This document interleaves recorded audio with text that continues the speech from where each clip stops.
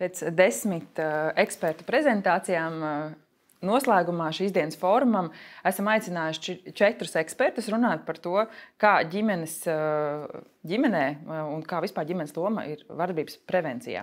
Lūk, un uz sarunu esmu aicinājusi Rīgas Stradiņu Universitātes psihiatrijas un narkoloģijas katedras docētāju Nikitu Bezborodovu, biedrības Papardes Zieds vadītāju Ivetu Ķelli, Latvijas Universitātes Humanitāro zinātņu fakultātes Latviešu valodas institūta zinātnisko asistenti biedrības Dauna sindroms Latvijā valdes locekli Velgu Polinsku un Rīgas valstspilsētas pašvaldības policijas priekšnieku vietnieku Andreju Aronovu. Paldies, ka jūs pievienojāties šeit studijā, un arī paldies tiem, kuri joprojām vai tikko ieslēguši ir fórumu tiešsaistē un seko līdzi, uzdod jautājumus. Un es sākšu ar savu jautājumu. Tātad vēlreiz diskusijas nosaukums ir ģimenes loma vardarbības prevencijā. Un vai jūsuprāt ģimenes apzinās savu atbildību vardarbības prevencijai vai paļaujas tomēr vairāk uz valsti, izglītības iestādēm un citiem iesaistītajiem, lai rastu risinājumu? Tas, Andrej, uzreiz jums pirmais jautājums. Es teiktu, ka mūsu prakse rāda un liecina par to, ka vairāk vai mazāk, tas otrs variants, ka ģimenes mazāk iesaistās paši, risināt, kaut ko darīt, pētīt, apzināt un mēģināt ievirzīt, bet paļaujas tieši uz valsts un pašvaldību iestādēm. Nikita, kāds ir jūsu viedoklis?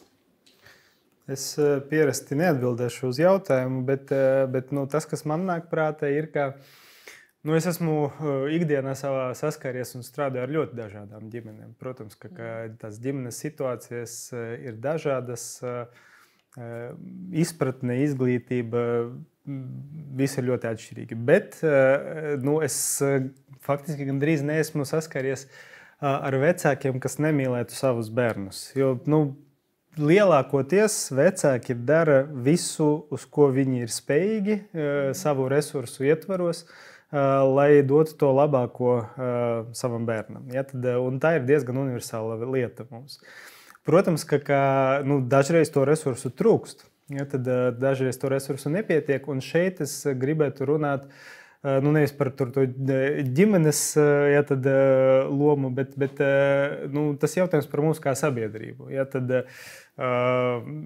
nevis tik daudz varbūt par valsti. Valsts ir institūts, ko sabiedrība organizē, ja, bet mums kā sabiedrība ir ļoti liela loma vardarbības, ir tīpaši konteksta pret bērnu, gan apzināšanā, gan arī prevencijā, novēršanā. Un es, tā skatoties laika gaitā, es domāju, ka situācija uzlabojas. Es domāju, ka mēs kā sabiedrība kopumā lēni, varbūt nepietiekoši, tas ceļš vēl tāls ir ejams, bet mēs kļūstam, manuprāt, mazāk vardarbīgi, un mēs labāk apzināmies arī tās sekas, ko vardarbība atstāja uz cilvēkiem, kas vēl nav ar nobriedušām nervu sistēmām. Jā, jo redzat, institūcija pārstāvji kā jūs no valsts policijas vai no bērnu slimnīcas ir tik uzsvērts, ka ļoti svarīgi šī nulles tolerance un iesaiste, tiklīdz jūs dzirdat, kāds aiz sienas kliedz vai kaut kāda intuīcija strādā, jo arī vairāk kārt šodien sadzirdēju ekspertu lekcijās, cik ļoti svarīgi ir ieklausīties intuīcijā, ka tas ir kaut kāds viens no mums dotajiem talantiem, dabas dotajiem, kur mēs varam arī bez kaut kādiem pamatojumiem un varbūt racionāli izskaidrojumu sajust, ka kaut kas nav kārtībā un reaģēt uz to. Savukārt, no vienas puses šķiet, mēs paļaujamies uz institūcijām, bet jūs arī vairāk kārt uzsvērēt, ka tomēr tā ģimenē, pat ja šķiet resursi nav, tomēr ir dažādi telefonu numuri, krīzes situācija risināšanai. Nevienmēr mums ir šīs zināšanas, vai ne, par, piemēram, kaut kādām noteiktām situācijām, bet ir pieejami šie krīzes centri, numuri, varbūt Iveta, vai jums ir kaut kas piebilstams par to, kā reaģēt, jūs jūtat, kaut kas nav līdz galam kārtībā kādā ģimenē vai pašu ģimenē? Bet es varbūt tikai es atļaušos iejūt, tas tikai novilktu paralēli ar medicīnu, jeb šo veselības aprūpi. Ja gadījumā bērnam kaut kas kaiš, mamma, tētis, vienalga vecāki izdarīs visu, pilnīgi pareizi, tā kā Nikita teica, ar esošo resursu iespējas un arī neesošu. Viņi zvanīs mediķiem, viņi mēģinās, skries pie kaimiņam, paprasīs banālu analogēnu, kaut kādu pretsāpju līdzekļu, vienalga ko.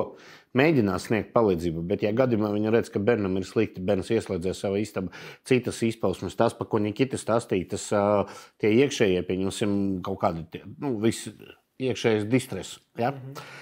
Bērns, ja viņu pārdzīvo, cik daudz vecāki pievērš tam uzmanību un sāk analizēt par to, vai bērnam tas distress ir izraisīts ar ārējiem faktoriem, vai bērnam vienkārši ir kaut kāds diskomforts mājās. Vai bērns pretojās viņam tāpēc, ka bērns grib pretoties, tāpēc, ka viņam notiek tā tieši brieduma procesa stadijā. Es nezinu, es atvainojos, ja es nepareizi pasaku. Bet vai arī tur ir reāli ārējie faktori, kādēļ bērns cieš, bet negrib vecākiem atklāt to? Un kāpēc negrib atklāt? Ja bērns kaut ko mēģina slept no vecākiem, tas nozīmē to, ka arī starp viņiem jau tas uzticības tiltiņš kaut kur ir salūzis, kaut kur ir bišķi pabrūcis, un tā varētu būt paši vecāki ir vainīgi. Tajā situācijā, ka bērns neusticās viņam pilnībā, varbūt bērnam kādreiz vajadzēja palīdzību, banālu palīdzību tētināt šurpu, nezinu, man tur no plastelīna saliec kaut ko, teicis pateic, man nav laika šitiem niekiem, darbojies pats. Teiksim, tāpēc es saku, manā skatījumā, tomēr, ja mēs runājam par vardarbības prevenciju, es nebūtu tik optimistisks par to, ka katrs izdara visu, kas ir no viņa atkarīgs. Tāpēc, ka mēs redzam citas situācijas, kur tu pēc tam uzdod cilvēkam vienkārši jautājumu. Tu nepadomāji, ka tas varētu būt tādēļ? Tu nedomāji, ka var kaut vai piezvanīt, pakonsultēties? Vai es kaut ko neaizdomājos? Bet varbūt ir svarīgi, ka arī bērnam šie rīki ir pieejami, ka viņš šos telefonu numurus situācijā, kur var teikt, jā, uzticība varbūt pat ir, bet, teiksim, ir kaut kāda, mēs redzējām situāciju, kur kaut kādas brālis vai kāds ir kaut ko glāstījis un bērns negrib to atklāt tādēļ, ka ne jau neusticās, bet viņš sajauks kaut kādu sistēmu tajā brīdī ģimenē. Un ja viņam varbūt ir kāds cilvēks no malas, kam viņš var piezvanīt vai pajautāt, tas varbūt ir palīdzoši. Viennozīmīgi, bet tas ir bērnu jāiemāc iziet no komforta zonas. Jo iziet, tas, ko jūs minējat, pieņemsim situāciju, bērns saprot, ka viņš ar savu zvanu vai nosacīti publiskojot informāciju par konkrēto incidentu, viņš var izjaukt vai sabrūcināt kaut kādu esošo ģimenes iekārtu. Viņam jābūt kaut kādām vērtībām puslīdz, kādos gadījumos tev jājauc tā iekārta, neskatoties uz to ģimenes integritāti. Nosacīt, un kādos gadījumos tā ir tava iekšējā pasaule, tu vari to paslēpt, pats mēģināt pārdzīvot, nespēj pārdzīvot pats, nāc pie manis, es tev palīdzēšu. Kā mums sokas ar sabiedrībai, ar ģimeņu izglītošanu, dzimuma audzināšanas jautājumos, Ivete? Es tikai mazliet pakāpjoties atpakaļ, mēs šobrīd vairāk runājam par vardarbību un vardarbības ziņošanu, bet vardarbības prevencija, man gribētos vairāk tad runāt, kas tad ir prevencija. Un prevencija būs tā, ka mēs, piemēram, skolas vidē, jebkurā vidē, kas ir institūcija, kā pieaugušie vispirms neesam vardarbīgi, un mēs neesam emocionāli vardarbīgi, un mēs paši mākam kontrolēt savas emocijas, ja pārvaldīt savas emocijas. Un tad es teiktu, ka mūsu ceļš ir ejams. Mēs varbūt daudz vairāk redzam, kā jaunieši nereti saprot vardarbību, kas ir nogalināt, nodurt, nosist, tāda smagāk, ja? Bet to, ka savstarpējās attiecībās mums nav tāda emocionāla inteliģence, ka mēs mākam pārvaldīt situācijas, jeb skolā mums ir iekļaujošā izglītība, tur noteikti vēl ļoti labi var papildināt, kāda ir attieksme pret tiem bērniem, kuri varbūt ir savādāk pret citiem. Es tur redzu to prevenciju, tā kā pamanīt pirms ir notikusi tā vardarbība. Un tur gan es domāju, ka mums vēl ir ko darīt. Es varbūt ļoti īsi pievienotu.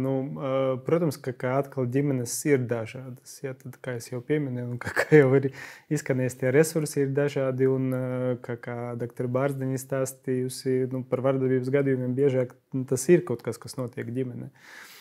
Bet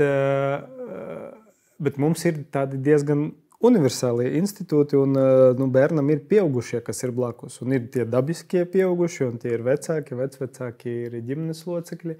Bet ir vēl viena pieaugušo grupa, kas obligāti dabiski ir bērnam blakus, un tie ir pedagogi. Ja, tad, ja mēs runājam par to sabiedrības institūtu lomu, vardarbības prevencijas, tiešām pievienots pievienots, ka skola ir universāls vienādotājs. Ja? Tad mums ir dažādas iespējas, dažādi resursi, bet nonākot izglītības vidē, tā ir unikāla iespēja arī tos bērnus, kas ir nonākuši situācijā, kas ir varbūt netik laba, ja, tad noķert gan preventīvi, gan, ja viņi ir cietuši un sniegt viņam palīdzību.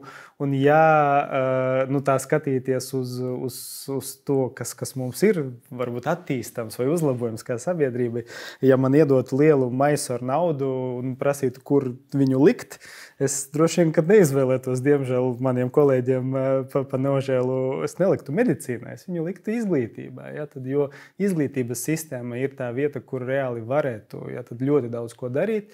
Ja, tad vardarbības prevencija un kopumā bērnu attīstībai. Ja, tad, bet ļoti daudzas tās iespējas, diemžēl, mūsu izglītības sistēma pašlaik nav veiksmīgi līdz galam izmantotas. Vēl jūs komentārs? Man jau ir ļoti daudz komentāru. Es domāju, ka mums ir arī jārunā par to, ka vardarbība var notikt divās dažādās vidēs. Tā ir iekšējā vide, kā minēja ģimene, un tā ir ārējā vide, kas ir tad, kad mēs izējam no ģimenes ārā. Un jautājums, vai bērniem ir pieejama informācija par to, kas ir vardarbība, jo es zinu no savas pieredzes, es esmu vecāks, kas šobrīd ir jaunie vecāki. Tajā kategorijā mēs esam 90. gadu bērni. Kad audzināt ar siksnu bija normāli, kad ielikt kaktā bija normāli, kad nokaunināt klases priekšā bija normāli, un informācija par to, kā tad tagad to nedarīt, nav nemaz tik viegli pieejama. Un ir vecāki, kas to var izdarīt, un ir vecāki, kam ir vajadzīgs pamudinājums arī no ārpuses pateikt, hei, bet tas, ko tu dari īsti, ok, šobrīd vairs nav. Un tāpēc es teiktu, ka skolai ir ļoti liela nozīme, kā jau minēju šeit, jo skolā ir tā informācija, kurā mēs kā pedagogi varam pamanīt, ka varbūt tam bērnam mājās kaut kas nav kārtībā. Un mēs zinām arī to, ka bērni savus vecākus ļoti mīl, un pateikt, ka mans vecāks man dara pāri, ir 50,000 reižu grūtāk nekā pateikt, ka mans klases biedrs man dara pāri, nekā pateikt, ka man varbūt skolotājs dara pāri, jo tas nozīmē pēc sajūtām nodot savu ģimeni. Tāpēc ir jautājums par to, vai mums ir pietiekami daudz informācijas, bērniem saprotamā, bērniem pieejamā veidā, lai varētu reaģēt uz to, ka pret mani tiek vērsta vardarbība, lai varētu saprast to, ka pret mani tiek vērsta vardarbība, un lai zinātu, ko šādās reizēs darīt. Un ir skaidrs, ka ar pirmo reizi neviens bērns neies. Un iedomājieties, ja bērns ir saņēmies, uzdrīkstējies, aizgājis pie pedagoga un pateicis, ka viņam ir kaut kāds vardarbības gadījums, un tas pedagogs noreaģē, ko tu stāsti? Kā jums liekas, vai nākamreiz bērns ies un teiks kaut ko par to, ka pret viņu ir vērsta vardarbība? Visticamāk, ka nē. Tāpēc ir jādomā par to informācijas pieejamību gan vienā vidē, gan otrā vidē, gan arī atbalstu vecākiem, ja mēs redzam, ka vecāks netiek galā, tas nenozīmē uzreiz, ka viņš ir vardarbīgs stulbenis. Tas iespējams nozīmē, ka viņam nav izpratnes par to, ka tas, ko viņš dara, nenes labu.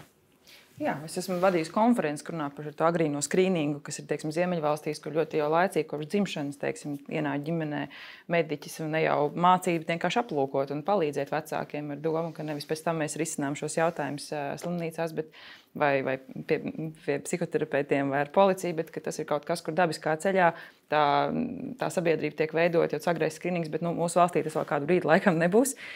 Mēs esam tikai tādā sākuma ceļā un sarunās par šo. Bet tas ir jautājums par valsts funkciju. Vai šī ir labklājības valsts koncepts, ja, tad, un jautājums mūsu valstī, vai mēs gribam virzīties tādā virzienā, un tas nes ar sevi to diezgan lielu valstu lomu. Bet šeit ir viens bet, ja mēs atkal runājam kārtējo reizi par to slikto vai vissmagāko un negatīvāko vardarbības izpausmu, kā minēja kolēģi, teiksim, tad ir vismaz Rīgā, es zinu, garantēta situācija tāda, ka tad, kad NPS, proti nepilngadīgo personu atbalsta informācijas sistēma ir jebkāda negatīva informācija par ģimeni, Rīgas sociālais dienas sāk staigāt un apsekot tās ģimenes, nodarbojoties ar to skrīningu, ko jūs teicat, teiksim, tikai vienīgais ir tā, kad kaimiņu izpratne, ģimenes izpratne. Ģimene jūtās pazemoti, ka pie viņiem nāk sociālās dienas. Tāpēc bieži vien ir tā, ka viņa veic tas apsekošanas vakaros, iesaistot mūsu pavadībā. Jā, un tad man arī neliekas, ka tajā situācijā bērni normāli uztver. Tad to pilnīgi tā, kā jūs teicat, ka, teiksim, un tad bērns viņš vairāk tā vietā, lai pēc tam iet un meklēt palīdzību pie šiem cilvēkiem. Viņš redz, kā vecāki ar viņiem negatīvi komunicē, ir tā. Tās vizītes negatīva pieredze paliek, un vēl jau vairāk, tur tas sociālā dienas darbinieks un policisti ir nostādīti tāda, biedekļa lomā, ja tā varētu teikt. Bet skrīnings kā tāds notiek. Jā. Es Mācamies domāju par tādu jau jauno māmiņu kopš dzimšanas, kad jau redz, vai, teiksim, māmiņai kaut kādi arī varbūt sociāli vai psiholoģiski stāvokļi, kuros arī skaidrs, ka bērns, kā jūs minējāt, bieži vien ir jāārstē vecāks, nevis bērns, tad, kad ir redzama trauksme. Tad es domāju vairāk par tādu iedvesmošanu, un atbalsta sajūtu, nevis to sajūtu pakausī, kāds tev pārbauda, bet ar sajūtu, ka mēs tev gribam palīdzēt. Es nezinu, pareizi apkopt bērnu vai vecākot pareizi, vai pareizi viņu ritmu izveidot un pozitīvo vecākošanu, robežu novilkšanu. Bet kā, teiksim, varētu bērniem mēģināt iemācīt iejūtību? Mums tagad nāks tas skolas laiks, un mēs dosimies klasēs, kur diezgan randomizēti mēs tiekam salikti kopā ar cilvēkiem, ar kuriem mums kopā ir jāpad ļoti, ļoti daudz laika. Kā, teiksim, varētu mēģināt ģimenē ar vecākiem runāt par empātiju vai mācīt tādu līdz saprašanu, līdz jušanu. Es nezinu, mēs esam tik dažādi kā personības. Mums pat pieaugušiem reizēm ir grūti pieņemt, ka kāds ir citādāks nekā mēs. Es varu ļoti īsti no savas puses, protams, ka runāt ir svarīgi, bet bērni īsti nemācās no mūsu runāšanas. Ja, tad mēs mācāmies sociālas iemācīšanas ceļā, respektīvi bērni mācās no pieaugušo uzvedības, no tā, ko viņi redz. Ja, tad, un pie tam tas notiek, starp citu, un tā varbūt ir laba ziņa, ja, tad tas notiek gan reālajā dzīvē, gan tas notiek arī virtuāli. Mēs zinām, ka piemēram, tas, ar ko tur plānveidīgi nodarbojas Netflix, iekļaušanas kontekstā parādot pozitīvā veidā dažādus cilvēkus, tā skaita cilvēkus ar dažāda veida attīstības, piemēram, traucējumiem, tas strādā. Ja? Tad tas strādā varbūt ne tik labi, kā reālā pozitīva pieredze dzīvē, un kad tu redzi, ka tavi pieaugušie blakus svarīgi, jā, ir empātiski, ir iekļaujoši, nereaģē ar bailēm vai ar dusmām uz kaut ko, kas ir atšķirīgs.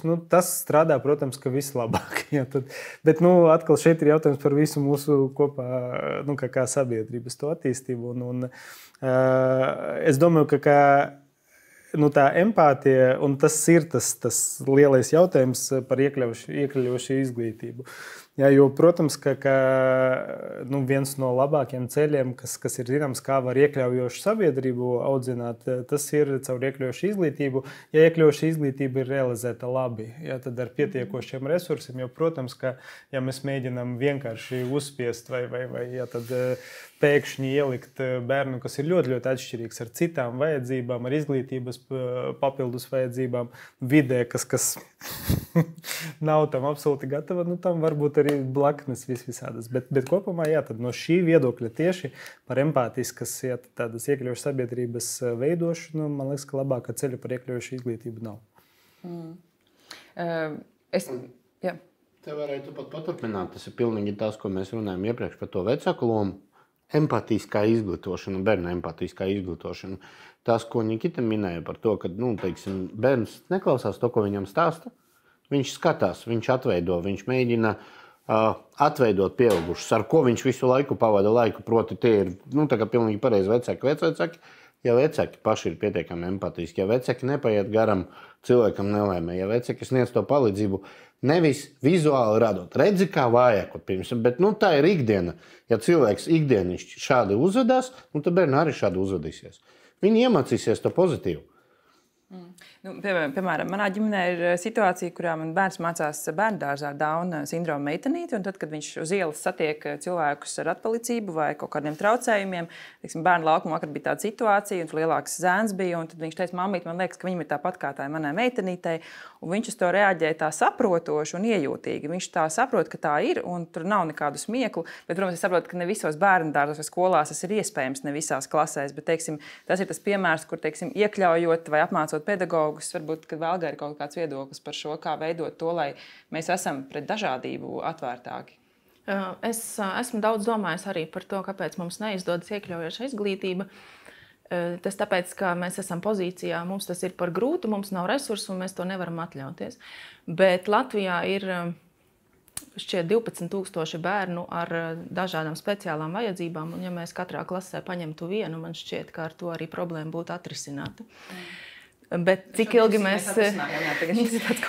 Ja mēs, man, protams, es neesmu saskaitījis skolas un klases, bet es ticu, ka mēs būtu tuvu tam. Protams, ka pasaules praksa rāda, ka nav tādas valsts, kurā pilnīgi visi mācās vispār izglītošajās skolās. Vienmēr ir iespēja izvēlēties, mācīties vispār izglītošajā skolā. Ja tas nav iespējams objektīvi iemeslu dēļ, tad bērni mācās vai nu mājmācībā, vai nu speciālajās izglītības iestādēs, bet mums ir aizvien tā pozīcija, ka mēs tagad visus norobežosim, noliksim labi tālu, lai viņu talantīgajiem cilvēkiem netraucē mācīties, bet nav īsti skaidrs tas iekļaujošās izglītības koncepts, jo, kā Nikita teica, mums nav sagatavots tās vides. Pēc likuma, pēc noteikumiem mums ir nevainojama iekļaujošā izglītība, ir paredzēts atbalsta personāls, pedagoga palīgs, speciālie pedagogi, logopēdi un tā tālāk. Joprojām mēs par Eiropas budžetu atjaunojam skolas, pielāgojam telpas, viss ir ļoti skaisti līdz brīdim, kad tu reāli gribi to bērnu, lai viņš mācās tajā skolā. Problēma vēl ir, man liekas, lielāka ar to, kāds ir tas izglītības saturs, jo ir skaidrs, ka pasaule mainās ļoti strauji. Ja, tad, un skaidrs, ka, piemēram, faktus mācīt, tas sen ir pilnīgi bezjēdzīgi. Ja, tad, ja mēs runājam par tādu modernu izglītību, tad galvenais, kam jāmāca skolā, ir šīs mīkstās, tā saucamās sociāli-emocionālās prasmes. Tas ir tas, ko nevar citādāk apgūt, kas nav tava viedtālruni un ko mākslīgais intelekts tev neiedos. Ja? Tad tas ir tas, ko ir jāapgūst izglītības iestādē. Tad matemātika, protams, ir svarīga, bet, ja man prasītu, kas ir svarīgāk, ko iemācīties skolā, es teiktu, jā, ka... Tā ir, es varu papildināt, tad, ka paparcietas izglītotāji ir bijuši nodarbībās, un mums reizēm bijuši 3 nodarbību cikli, 3 dažādas tēmas par ķermeni attiecībām. Un tad nereti jautājumos ir šis komentārs, vai mēs nevarētu samazināt tieši matemātiku. Un jūs atnākt vēl kādreiz pie mums, ja, jo bērni tiešām parāda, ka viņiem ļoti interesē šīs tēmas, šīs savstarpējā komunikācija, attiecības, ķermenis, kas es esmu. Mēs arī ļoti daudz uzmanības veltām, kas, protams, nav mazsvarīgi, bet mēs ļoti koncentrējamies uz skolu reitingiem. Un ja mums skolā ir cilvēki, kuriem nav matemātikas prasmes, piemēram, tad viņš sabojā skolas reitingu. Un tad varbūt mums samazinās budžetu. Un kamēr mums noteicošais faktors ir skolas reitings, mēs nekad nepanāksim iekļaujošu izglītību. Jo, piemēram, cilvēks, kurš matemātikas stundā varbūt nevar reizināt, viņš tikpat labi ir lielisks sportists un mūziķis, kāpēc mēs viņam liedzam iespēju būt kopā ar visiem citiem mūzikā un sportā. Ja mēs skatāmies nākotnes perspektīvā, jaunieši un bērni, tieši kā Nikita teica, iekļaujuši izglītību, jaunieši un bērni, kas nav dzīvē, praksē bijuši kopā ar dažādiem cilvēkiem, nekad nekļūs par darba devējiem dažādiem cilvēkiem. Viņi to nepazīst, viņi nezin, kā ar cilvēku runāt, viņi nezin, ko no viņa var prasīt, viņi nezin, kā var apmācīt, iegūt kaut kādas prasmes, un tas loks ir nebeidzams. Un viņi turpinās teikt, ka nē, jāmācās atsevišķi, jo tad nevar apgūt augstās visas prasmes, un tā joprojām. Mēs esam ļoti, ļoti neelastīgi, baidoties pazaudēt naudu, reitingus, rādītājus un tā tālāk. Es aizvakardien ar citas izcelsmes un ādas krāsas cilvēkiem devos uz Stradiņu slimnīcu. Viņiem bija liela problēma. Es vēroju, kā visi cilvēki reaģēja uz viņu ādas krāsu. Un, no vienas puses, jā, tā laikam bieži Latvijā negadās, ka redz šādus cilvēkus, bet no otras puses, jā, tā attieksme, tas bija tik ļoti jūtams. Man likās, ko mēs varam prasīt no bērniem, ja pieauguši reaģē medicīnas iestādē šādi.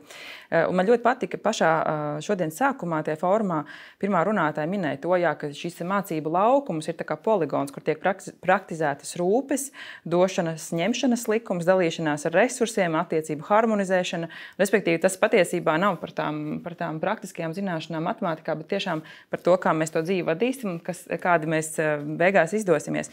Bet es gribēju parunāt tieši, teiksim, par to vardarbības samazināšanu ģimenē. Mēs šodien vairāk kārt pieskāramies viedtālruņu problēmai. Un tā parādās ne tikai Latvijā, skatoties gan pētījumus, gan dažādus rakstus mēdījos pasaules. Tā ir liela tēma visā pasaulē, kur domā, kurā brīdī bērniem dot telefonus, nedot. Un bieži vien skolas ļoti stingri nosaka, ka, teiksim, nebūtu izmantojami viedtelefoni skolā vai pirms skolas, vai vispār neiesaka viņus iegādāties. Un, teiksim, vecāki ir tie, kas tomēr, viņi saka, mēs nevaram aizliegt, ka bieži vien ģimenē tas viss ir, un kad, teiksim, mēs runājam par to ģimenes lomu vardarbības izskaušanā, tas, teiksim, varbūt ir viens no tiem. Es šodien sadzirdu to un vispār tā kā lasu par to, ka, teiksim, tie viedtelefoni sākuma skolā vai, nezinu, pat pamatskolā, runājot par pornogrāfisku 5. klases skolēniem, kas visi ir saskārušies ar pornogrāfiju, varbūt tas ir kaut kādā mērā risināms ģimenē. ka mēs kopīgi vienojamies. Kontrolas programmatūra, vecāku kontrolas iespējas, kur vecāks var kaut vai aiziet pie jebkura dīlera, no atkarība no tā Androids, nezinu, tas pats Huawei vai Abols, pajautāt, kāda rīki ir, saslēgt, ieslēgt, uzslēgt ierobežojumus, kontrolēt, kādā vecumā bērns sāk reģistrēties sociālajos tīklos. Jo, piemēram, par tām kontrolējušajām sistēmām es saprotu, ka kādreiz viņas nebija tik spēcīgas, bet tagad runājot ar pedagogiem, viņi saka, viņi bija iztestējuši, ka tiešām tas vecāku uzliktie ierobežojumi, viņi reāli strādā un viņus izhakot esot jau tuvu neiespējami. Ka ir kaut kādas reizēm kļūmes, bet tas ir tik reti, ka tas ir diezgan droši. Pretējā gadījumā es saskaries ar vienu nedaudz tādu pretrunīgu, jeb absurdēnu situāciju, kur skolotāji saka, ne, bērniem nedrīkst izmantot stundās nekādas viedierīces, visi forši. Bērnam viss ir nobloķēts, bērnam ir uzlikti visi kontrolas rīki, pieņemsim, viņš nevar skolas laikā vispār operēt, strādāt ar savu gadžetu. Tāpat mirklī mācību stundās, tā ir daļa no mācību programmas, bērni atveriet lūdzu uzdevumu LV, jeb Soma LV, un tur jūs atradīsiet praktisko uzdevumu, kuru jums ir jāizpilda šīs stundas laikā. Pretējā gadījumā jūs atkal konkurences sistēma, kuru veicina caur atzīmēm, jūs saņemsiet negatīvu atzīmi. Vēl ir vecāki. Ir dažas skolas Latvijā, pavisam maz, bet ir dažas skolas, kur tiešām skolu vadītāji ir noteikuši, ka starpbrīdī mēs nelietojam vietālruņus. Un tad ir vecāki, kuri nevarēs sazvanīt savu atvastajā starpbrīdī un kuri protestē pret šādām iniciatīvām.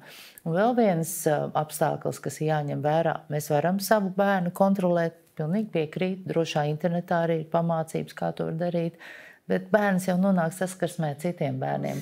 Un tā, diemžēl, arī ir pieredze, ko mēs esam piedzīvojuši, ka, piemēram, vecāki bērni tajā pašā skolā, viņi mēģina paskatīties, kā jaunākie reaģēs, ka viņiem kaut ko parāda.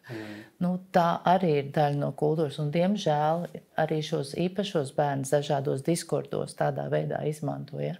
Tas atkal ir jautājums par to, kāda ir mūsu attieksme, empātija, iejūtība un ko mēs vispār atļaujamies vidē, kur mūs it kā neviens neredz un nedzird.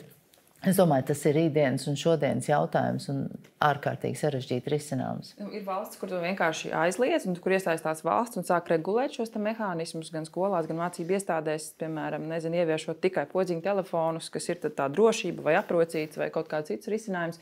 Bet tie dzirdētie stāsti par to, ka, piemēram, skolā, pat sākuma skolā, skolotājs dara visu iespējamo, lai novērstu mobbingu vai kaut kādu vardarbību, bet tās WhatsApp grupas jau viņš viņām nepiekļūst. Tas bērns ir izslēgts, un lai ko darīt skolotāji, izslēgt to saucamās tās neredzamās zonas, tos melnos punktus skolā, kur notiek vardarbība, viņi nevar kontrolēt šo telefonu telpu, vai ne? Un tad sanāk tā, ka tas ir varbūt viens veids, kas, man liekas, arī, ja mēs runājam šodien par to ģimenes lomu vardarbības prevencijā, es domāju, tas ir tās sarunas par, viedierīcēm, vai vismaz to, kad viņš piereģistrējas sociālajos tīklos, vai, Jā, bet būsim realisti. Es domāju, ik viens no mums, ja mēs vispār esam bijuši lidostā, ir novērojis, kā zīdainītim tiek iedots rokā šis vietālrunis, lai viņš tur glāsta kaķīti un neraud.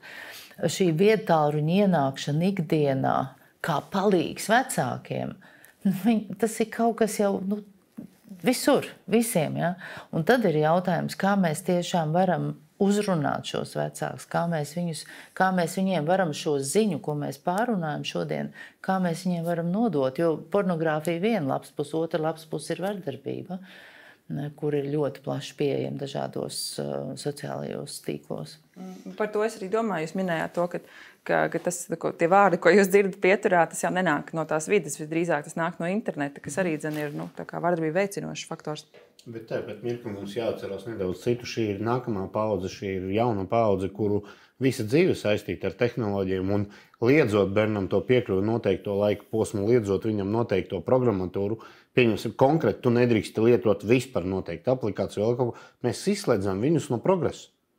Mēs liedzam viņiem progresēt līdz ar sabiedrību, jo viņiem visas apmācību sistēmas šobrīd, es biju patīkami, nepatīkami, es nezinu, bet personisks pārdzīvojums bija tad, kad bērns saņēmis jaunu grāmatu ģeogrāfiju, mācību grāmatu ģeogrāfiju. Es atceros mūsu laikā, tu atver, tev pirmā lapa, tev ir zemeslode, ar visu paskaidrojumu, tur visi tie slāņi, atmosfēras slāņi, ne pat atmosfēras, bet visi tie augšējie slāņi, un tad viss smuki. Šodien mēs atveram ģeogrāfijas mācību grāmatu, pirmā lapa, kas ir GPS, kas ir globālā pozicionēšanas sistēma, Nu, un tālāk ir, jā, otrajā lapā tur bija atkal tā pati bilde, visi forši. Bērni jau ir iemācīti izmantot tos rīkus, tie ir palīgi rīki, viņi ir vajadzīgi. Nu, nepavēlti viņus attīst un veido. Un es nezinu, pieņemsim, man nešķiet pilnīgi pareizi, totāli tabū noteikti bērnam lietot, pieņemsim, gadžetus. Tikai, nu, tam arī jābūt samērīgi. Un te mēs atkal atgriežamies. Uzticības tiltiņš, pamācība, ko tu drīksti, ko tu nedrīksti, kas ir liederīgi, kas nav liederīgi, kas nav racionāli. Nu, bet tas ir atkal individuāli no katra bērna. Nikita, es domāju, ka jūs ikdienā daudz saskaraties ar jauniešiem, pusaudžiem un telefonu. Kāds ir jūsu viedoklis? Kā ģimenē būtu tāds, nu, tā kā runājam par mērenību? Nē, nu, šeit es domāju, ka mēs esam lielā izaicinājuma priekšā, jo pasaule mainās. Jā, tad šīs tehnoloģija attīstības temps ir ārkārtīgi ātrs un viņš pātrinās. Jā, līdz ar to man jau patīk operēt ar kaut kādiem pierādījumiem zinātniskiem, bet zinātnes cikls ir lēns un tik daudz zināšanas par sekām nav. Bet tas, kā bērni tagad dzīvo un aug un attīstās un savu centrālu nervu sistēmu arī briedina un attīsta vidē, kas ir kardināli atšķirīga no tā, kurā es, piemēram, esmu izaudzis. Nu, tas ir fakts. Un es domāju, ka mēs, kā pieaugušie, mēs līdz galam nezinām, ne to, kādas nākotnē būs profesijas, kādas būs tie dzīves izaicinājumi un kādas būs nepieciešamas prasmes. Jā, tad runājot par tehnoloģiju lietošanu. Jā, tad, tāpēc mēs zinām, ka droši vien, ka tas mīkstās prasmes vajadzēs, bet par to mēs zinām samērā maz. Ekrāns ir, tas ir darba rīks. Un kā jebkuru darba rīku viņu var izmantot dažādi. Un, droši vien, ka tas labākais, ko mēs varam darīt, mēģināt palīdzēt bērnam pēc iespējas izmantot to darba rīku uz labu un izvairīties no tiem riskiem, kas ar to ir saistīti. Bet šeit man nav ļoti labas receptes. Problēma ir tāda, ka atkal bērni mācās nevis no tā, ko mēs viņam stāstam, bet no tā, ko mēs paši darām.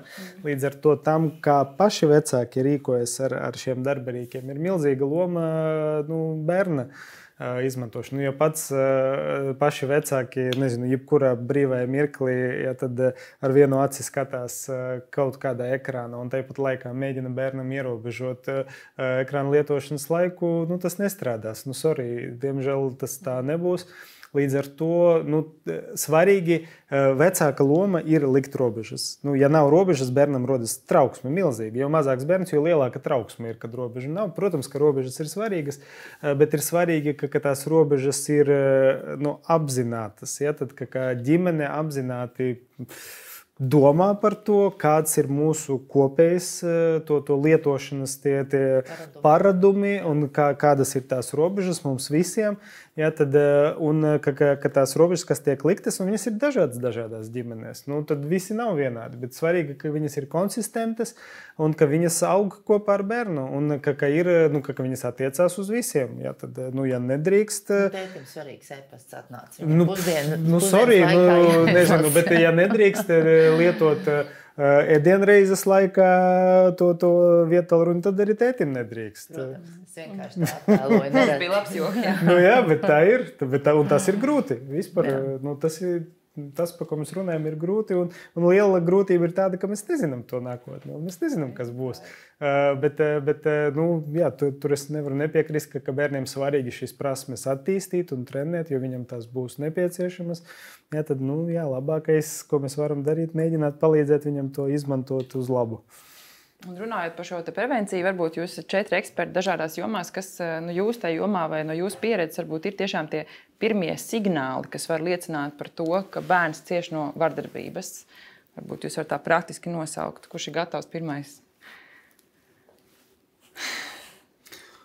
Nē, labi, es atsaucoties uz to savu lekciju, tas nebūs par vardarbību kopumā, bet, protams, ja es redzu, un tas ir mans uzdevums kā ārsta, kad pie manis atved bērnu, ja, tad ar kaut kādām sūdzībām, ja, tad mans uzdevums ir saprast, ja, un šeit ir vēl viena grūtību grupa, ko es neparādīju, jo tas nebija šīs dienas uzdevums, un tie ir neirālas attīstības traucējumi, respektīvi lietas, kas ir saistītas ar mūsu individuālu attīstību un nobriešanu. Ja, tad, un mans uzdevums ir saprast, vai bērnam ir kaut kādas nobriešanas un attīstības īpatnības, ja viņam ir, tad kādas viņas ir, bet tad nākamais jautājums, vai viņam ir distress. Un ja viņam ir distress, tad ko viņš ar to dara? Vērš vēršu pret sevi vai vēršu uz āru. Un, ja viņam ir distress, protams, ka šī opcija vienmēr būs manā prātā, un mans uzdevums ir noskaidrot pēc iespējas, cik es to varu, potenciāli distresa iemeslu. Ja? Iemesli var būt dažādi, viņi var būt iekšēji un ārēji, bet mēs zinām, ka šī vardarbības, dažāda veida vardarbības pieredze ir ļoti biežs iemesls distresam, un nevienmēr tā ir tieša vardarbība. Ja? Tad te mēs runājam arī par to, ka ģimenes disfunkcija, ja? Tad dažāda veida negatīvas bērnības pieredzes, ja? Tad atstāšana novārtā vai nevērība, vecāku nezināšana par bērna vajadzībām, attīstības. Ja? Tad tas viss var būt par iemeslu distresam, un tad, ar to arī izpaužas mans kā profesionāls darbs. Saprast un pēc iespējas mēģināt noskaidrot, un ja es saprotu, ka tā distresa izpausmes, iekšējas vai ārējas, ka pa pamatu ir kaut kāda veida vardarbība, tas ir tas, ko es arī pieminēju, ka nevar neko ar to izdarīt, kamēr viņa turpinās. Ja? Tad man ir jāsaprot, kā es varu palīdzēt pārtraukt, ja? Tad vai tas ir, vecāku zināšanu un prasmju uzlabošanai, piemēram, tiem pašiem uzvedības grūtībām. Ja? Tad, ja vecākam trūkst prasmes, kā audzināt, piemēram, bērnu ar UDHS. Un ļoti grūti ir audzināt bērnu ar UDHS, bet tas ir tas, kas var palīdzēt. Bet, lai audzinātu bērnu, kuram ir kaut kādas dažāda veida attīstības īpatnības, nepietiek ar good enough parent, ar pietiekoši labu vecāku. Vajag supervecāku ar ļoti labām prasmēm, ar papildus zināšanām, un es varu viņam palīdzēt tās zināšanas iegūt. Ja? Tad, ja es saprotu, ka bērns cieš, piemēram, no ņirgāšanas, tad skolā, tad es mēģinu palīdzēt risināt to problēmu. Protams, ka jā, tad mēs mēģinām risināt to iemeslu. Tā, vēl kādi pirmie signāli, kas jūs darītu uzmanīgus un ko jūs ieteiktu pamanīt vecākiem? Distress? Droši vien tas ir arī, ko šodien eksperti runāja, kaut kādas tādas fundamentālas izmaiņas bērnu uzvedībā, kas līdz šim nav novērots un ko vecāki pamana, kas var būt saistīts ļoti dažādas, piemēram, nevēlēšanās iet uz skolu, kas tika jau minēts. Ja?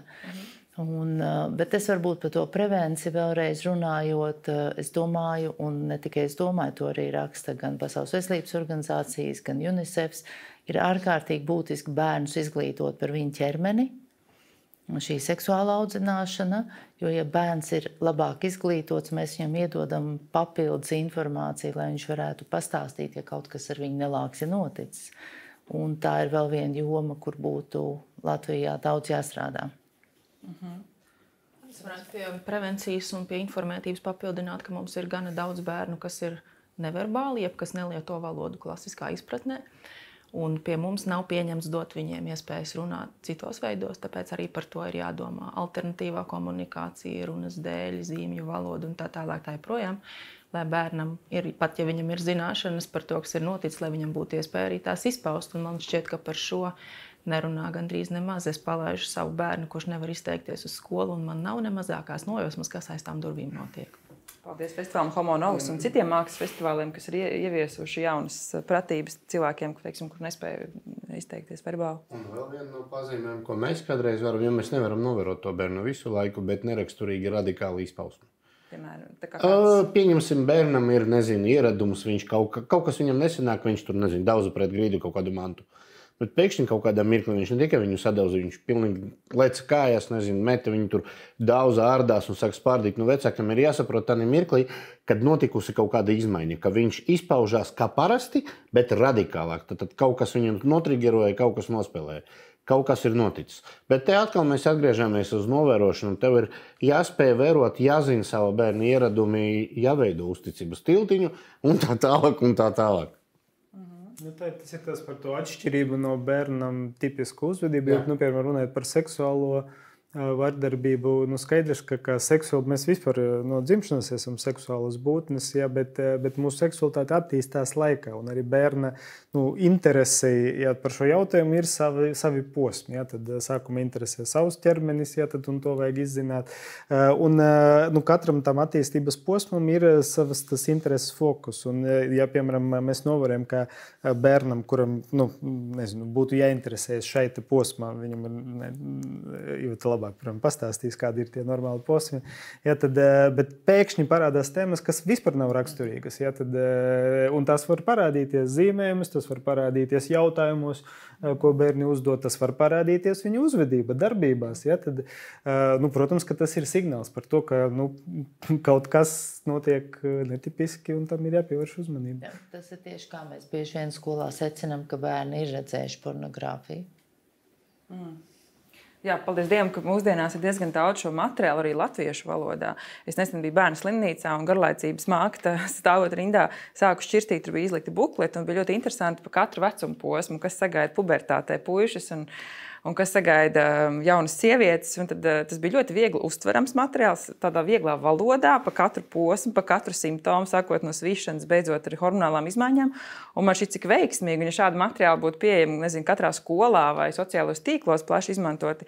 Un tas jau vecākam arī ļoti, ļoti palīdz, jo bieži vien jau tiešām tas vecāks no visām pusēm nāk tā informācija par katru jomu, kad, teiksim, arī, man liekas, šī konference ir brīnišķīga ar to, ka te ir tāds apkopojums katru gadu pirms skolas. Mēs mēģinām akcentēt to būtisko. Es pagājušo gadu arī tik daudz bija, teiksim, par ēšanas traucējumiem, par to, kā pamanīt kaut kādus tos sarkanos karogus, kur viss vēl nav aizgājis pārāk tālu. Tādēļ es vēlreiz gribētu pateikt paldies organizatoriem par atbalstu Seibankai un Delfiem, protams, Addiction komandai un visiem citiem, kas ļauj šo materiālu un saturu pieejamu bez maksas. Es tikai mazu kopsavilkumu gribētu, pēc šīs sarunas aicināt patērēt empātiju veicinošu saturu. Man šeit Latvijā ir diezgan daudz arī mākslas un kultūras festivālu, kur tas arī notiek. Es to pat esmu izbaudījis. Man ārkārtīgi liels prieks un lepnums par, teiksim, Latvijas māksliniekiem, arī animācijas un dokumentālām filmām, kur tas tiek veicināts, gan integrācijas jautājumi par dažādību, gan arī par iekļaujošu sabiedrību. Protams, arī empātija ar iekļaujošu izglītību, kas varbūt uz papīra izskatās labi, bet šobrīd netiek īstenot līdz galam. Skaidra robežu novilkšana ģimenē. Tātad konsekvence, apzinātība ģimenē, uzticēšanās bērnam vecākiem, uzticēšanās to tiltiņu veidošanu visās iespējamās jomās, laba izglītība par savu ķermeni, apzināta kopš dzimšanas, lai izprastu sevi un tos notiekošos procesus, saulaicīgi pamanīt radikāls izpausmes, distresu, izmaiņas uzvedībā, izvairīšanos no ikdienas gaitām, un tādas alternatīvas komunikācijas iekļaušana ikdienā.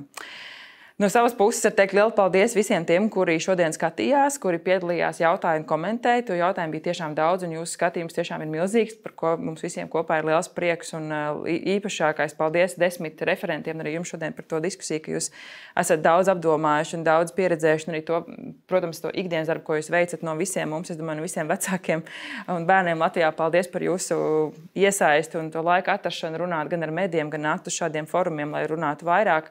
Un es tikai vēl gribu aicināt neaizmirst, ka tikai šodien ir šis atlaižu kods 27.